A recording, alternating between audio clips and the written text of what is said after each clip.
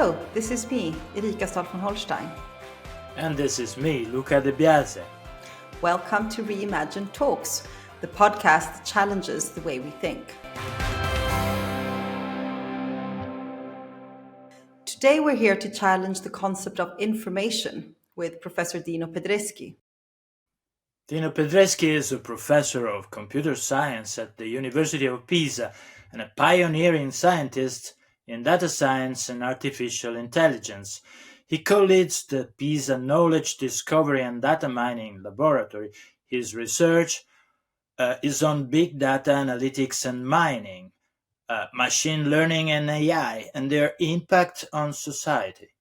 Human mobility, sustainable cities, social network analysis, complex social and economic system, data ethics. He is currently shaping the research frontier of human-centered artificial intelligence as a key figure at the European Network of Research Labs Human AI. And he is a co-founder of So Big Data EU, a European research infrastructure. Thank you very much, Dino, for being here with us today. I mean, AI has been the talk of the town since the launch of the first large language models, such as ChatGPT. And there's a lot of confusion with what do we mean by these things. So we're so happy to have you here because it was actually during our initial conversations many years ago about artificial intelligence that I actually understood how to understand what we mean by these concepts and their relationship to information. Information is the word that made history of computer science and is at the core of what is happening at the frontiers of digital technologies. What do we mean by information in this context? Well, this is a very good question for today's landscape. And the point is that the greatest revolution in the digital revolution, in my view, is the fact that we entered an age of abundance of data of any kind, generated by machines and generated by people in an unprecedented scale. And the point is that when we look at avalanches, big clouds of data, we start ourselves asking, then where is the information? Where is the meaningful information that we can extract from all this? And that's, in my opinion, it's the kind of question, how to find information in data that is the explanation of what we are into today. Aspects like big data, like data science, artificial intelligence are all different ways of somehow finding an answer to the same question. How can we understand better the complexity of society, the complexity of the planet we live in, through this new resource that we perceive as extremely interesting, but at the same time extremely, let's say, challenging and full of noise, full of false truths.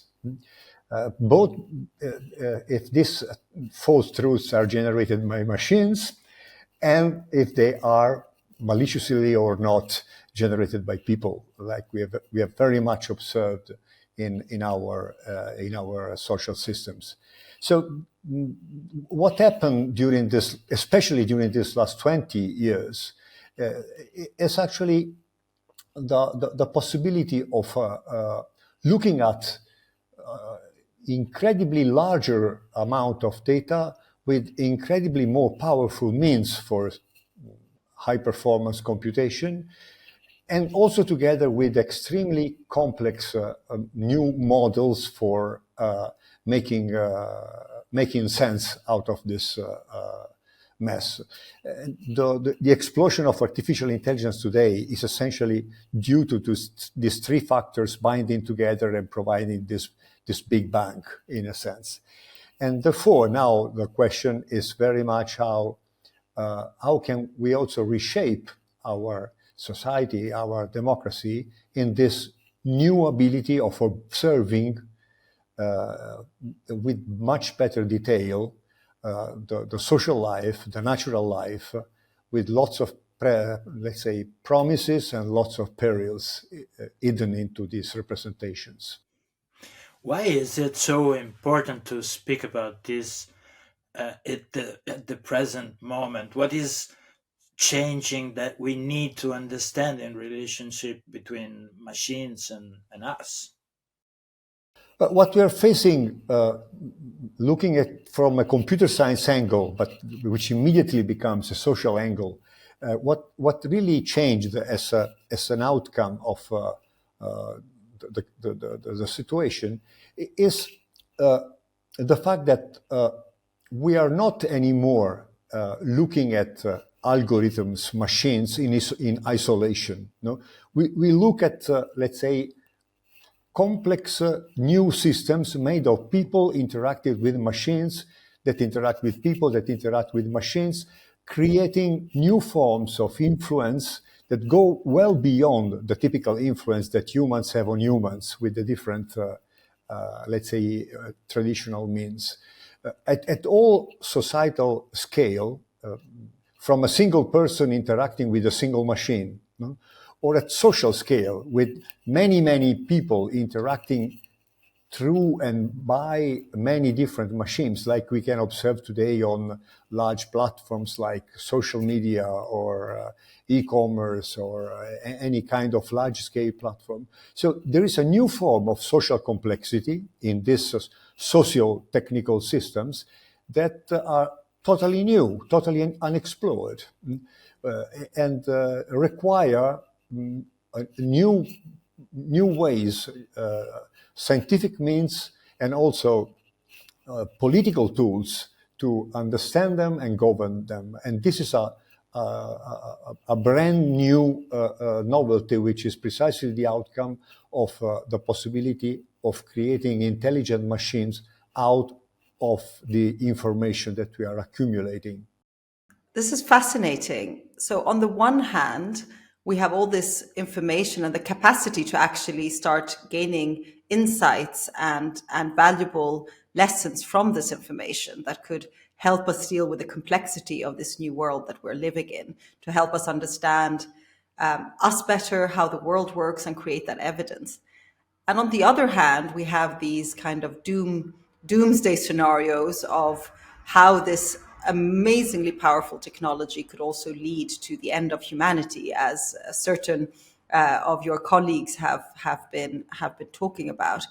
How do you understand both the opportunities of these new technologies as well as the risks?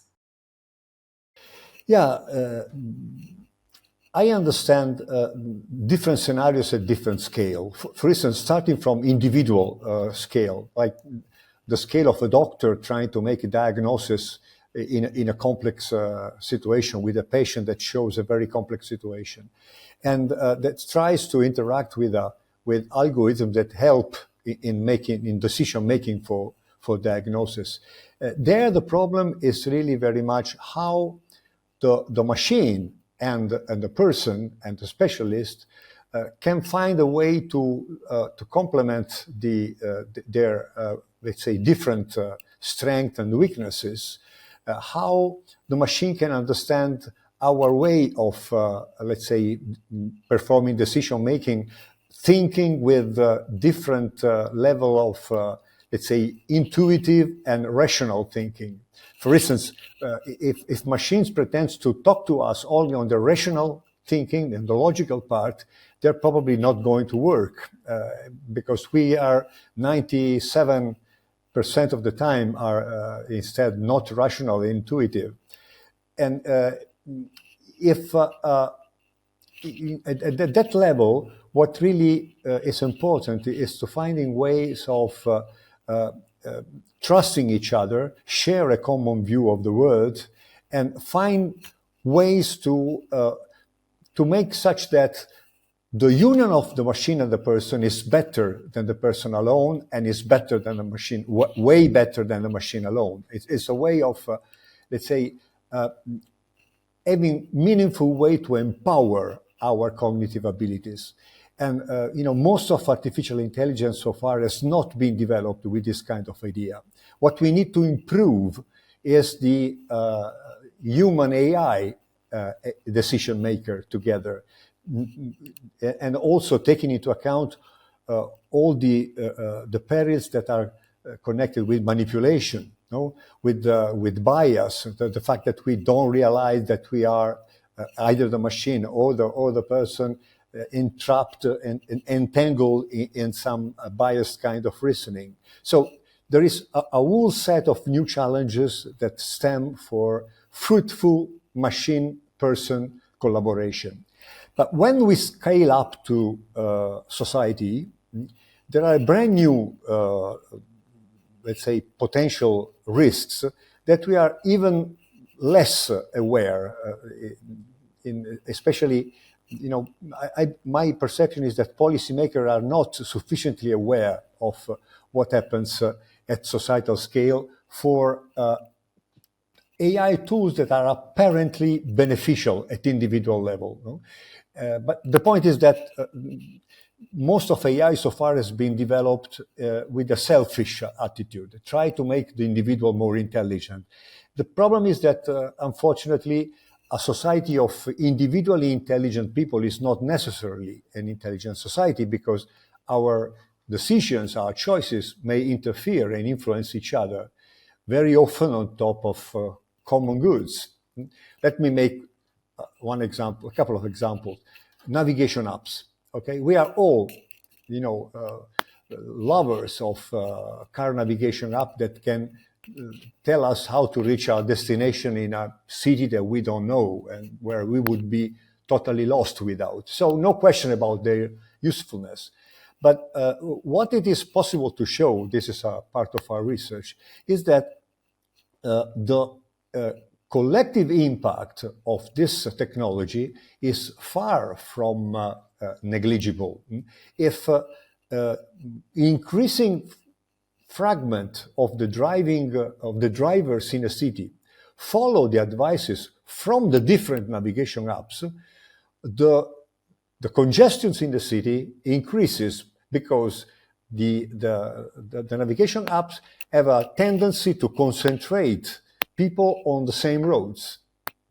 Therefore, they reduce the diversity of behavior of people, with a global collective outcome that those roads are more congested, the travel time of people increases, and the CO2 emission over the city also increase in specific areas, so making even worse for specific targeted populations.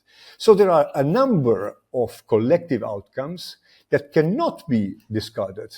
It cannot be somehow neglected, because this kind of services are impacting on a common goods, actually on more than one common goods. I mean, not only the travel, but also the travel infrastructure, but also our health and the impact on the environment. Another example, LLM, ChatGPT, generative AI, right? If we all are somehow, we have a wow effect when we see what is the linguistic level of generated text sometimes. But we should also ask ourselves how these models were conceived and engineered. They come essentially from the so-called transformer model that statistically try to understand what will be the most probable next word in a certain textual context. So they are focusing on what would be more typically there, right? This means that even now they are able to produce very elaborated text. Their continued and feedback usage between models and people, if we don't take into account appropriate countermeasure, will presumably bring to more and more impoverished language, standardized language, average language, both in sense of let's say complexity and richness of the text. Remember that text is something that is functional to express emotions that we have, to express, to communicate meaning, right? And if we standardize the language, we should ask ourselves what happens to our ability to share and to communicate emotions and feelings and meanings. And also, not only richness of the text, but standardization in terms of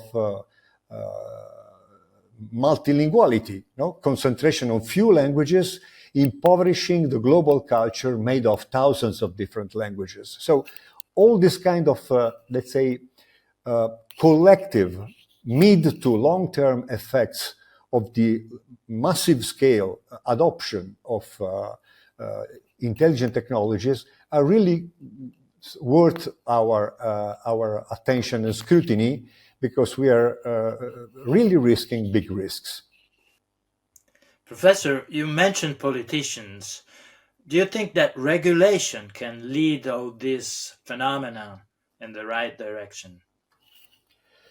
Regulation is absolutely necessary. Let me tell you, my experience, years of experience of trying to work with, for instance, social media company to understand how their recommender system work and whether they are harmful or not.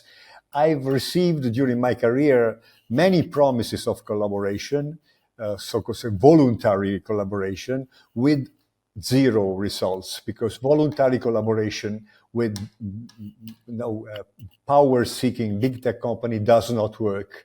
They only can understand law and obligation. That's why I'm really looking forward, for instance, to the Digital Services Act entering into force for accessing the data of the platform to understand more about the social effects of the algorithm that they are working for the many different purposes. So regulation is really welcome. I'm proud to be part of Europe, to have a little bit also given some advice in developing a set of regulation that try to somehow define what we as Europeans mean for, let's say, trustworthy, reliable, responsible artificial intelligence, and therefore this is, I believe, it's absolutely necessary. It's really very welcome, even if it's not perfect. It's certainly important that it is out there, and it's important that it's risk-based. It's not a way to regulate technology. It's a way to regulate the application, the services based on technology according to their risk. And that somehow democratically we decide with the parliament, with the commission, and with the member states, we decide what kind of applications and services that are based on artificial intelligence we perceive of small or high or unacceptable risk. I think that's absolutely the right way to go. The point is that there are 2 points. We should not be shy. We need to be in this regulation. We need to say also very clear barriers to this new wave of generative AI technologies, because they are potentially very harmful in certain aspects. We can harmful even if, let's say, well-intentioned, right? I'm really scared about, for instance, the application of large language models in education without having understood beforehand whether they will be a tool for having more inclusive, high-quality education, or on the opposite, which I fear most probably, tool that can be even widen the gap between the able ones, the lucky part of the population that it lives in wealthy and cultured families, and the other big part of the society which has not the same kind of let's say starting points. And because if we develop a technology that requires a lot of critical thinking to be used appropriately, it requires ability of finding the right questions rather than the right answers. This is something, of course, very interesting, potentially, but also very divisive rather than inclusive. And so I really believe we should be very careful in regulating based on I would say more realistic and more inclusive notions of risk than we are discussing nowadays. There's a lot of talk about all these possible negative things, and that's obviously have been dominating a lot the conversations in these past months. But I mean, these technologies are also so empowering. I mean, if we can imagine what we could do with all this data, with all this information, if used correctly. So in your view, having spent your whole career looking at these things and really talking to and framing how these technologies are seen, what do you think are the most important things we can do to reimagine information and make sure that all of these technologies can be used to create the future world that we hope to create for our children? No, that's a good point. As a scientist, I see all these, risks or deficiencies that we discussed as challenges, not as, let's say, doomed to failure. There is a lot that can be done to imagine brand new solutions that are able to reconcile this individual and social side. Just to make one example, navigators can be made much more intelligent by injecting diversity, helping people to not follow all the same path, but diversify and use the road infrastructure in a more intelligent way by intelligently diversifying our behavior, which is one of the key points in complex systems. Conformism generates troubles. Diversity, the right balance between conformism and diversity is what typically achieves the better performance for all. And in a traffic situation, the happiness of the individual goes hand in hand with the happiness of the collective, because if the traffic is good, it's good for everybody, for everyone, right? So we can imagine this kind of metaphor instead of traffic for society in a broader sense, right? We can help people to diversify their interests, to find new opportunities, product to buy, music to listen to, books to read, or whatever, or friends to talk to, based on a way that reconciles, let's say, conformism and diversity. Our view, our confirmation bias, but also with our bias towards being surprised by novelty, something that has been very little considered in the forms of AI that we've been developing so far. So I'm not so naive to think that we can solve all societal issues with AI and technology. I'm not a techno-solutionist, but I think there is a lot that we can do to have new forms of AI that are part of the solution instead of being part of the problem. This is certainly doable, and it should be the focus of our societies in the coming years. I really welcome, just to make one example, a strong, bold initiative in Europe to create a made in Europe large language model that is able to encompass for the linguistic diversity that we have in our continent, for the cultural diversity, for the ability to somehow trace back sources, be more transparent, more able to somehow support a plurality of view. This can be done. It's absolutely doable, not only in principle, but also in practice, because it doesn't require investment that are out of, let's say, possibility for our states. And I must say that also as a member of this global partnership on AI, which is an international organization of almost 30 countries, including the EU and the member states, that it's discussing about the responsible and trustworthy deployment of AI worldwide. I can see really the signs of this approach. Let's develop forms of AI that are socially sustainable, that are environmentally sustainable. That's another story that is very important. We are developing models that are not sustainable at all from the point of view of the energy they eat. So we really need to improve in many ways, but it's doable. I believe that it's important that we somehow have this dual behavior very well in mind.